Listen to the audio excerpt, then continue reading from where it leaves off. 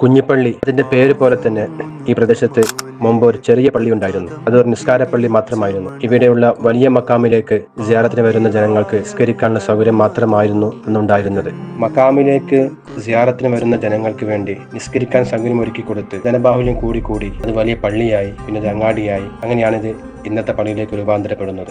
കുഞ്ഞിപ്പള്ളിയിൽ പ്രധാനമായും 3 മക്കാമുകളാണുള്ളത്. അതിൽ ഒന്നാമത്തേത് താബീങ്ങളുടെ മക്കാമാണ്. പള്ളിയുടെ പടിഞ്ഞാറ് ഭാഗത്ത് സ്ഥിതി ചെയ്യുന്ന വലിയ മക്കാം എന്നറിയപ്പെടുന്ന താബീങ്ങളുടെ മക്കാമ്.